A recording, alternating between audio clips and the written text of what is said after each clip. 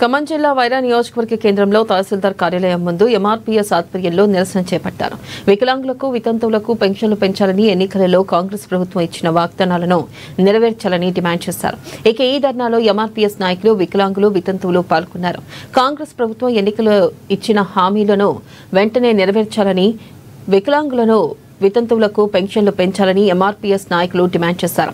ఇక కాంగ్రెస్ ప్రభుత్వం అధికారంలోకి వచ్చి 2 సంవత్సరాలు గడుస్తున్నా ఎన్నికలలో ఇచ్చిన వాగ్దానాలు నెరవేరలేదని ఆగ్రహం వ్యక్తం చేశారు.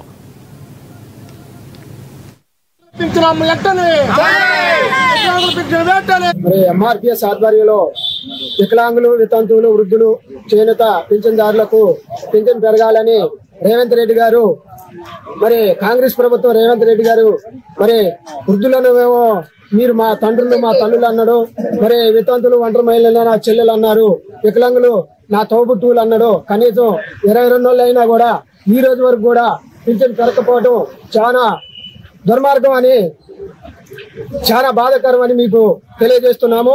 అదే విధంగా మీరు వికలాంగులు, వృద్ధులు, వితంతుల ద్వారా వాళ్ళకి పింఛన్ పెంచకపోతే అక్టోబర్ నెలలో హైదరాబాదు మేనిఫెస్టోలో గత ఎన్నికల సందర్భాల్లో కాంగ్రెస్ ప్రభుత్వం రేవంత్ రెడ్డి వికలాంగులకు, వితంతువులకు, వృద్ధులకు, ఒంటరి మహిళలకు, నేత గీత కార్మికులకు ఇచ్చినటువంటి హామీ ఏదైతే ఉన్నదో ఆ హామీని అమలు చేయకుండా 2000 రూపాయల పెన్షన్ 4000 ఇస్తామని చెప్పేసి మాట్లాడిన ముఖ్యమంత్రి రేవంత్ రెడ్డి గారు, వికలాంగులకి 6000 రూపాయలు పెన్షన్ చేస్తామని మాట్లాడిన రేవంత్ రెడ్డి గారు, ఇప్పటికి 2 సంవత్సరాలు గడుతున్నా కూడా ఈ వికలాంగులు, చేనేత, గీత, ఒంటరి మహిళల పక్షాన మీరు మీ ప్రభుత్వ వైఖరి మార్చుకోకపోతే భవిష్యత్తులో ఈ వికలాంగులు, చేనేత పింఛన్దారుల సమక్షం ఆధ్వర్యంలో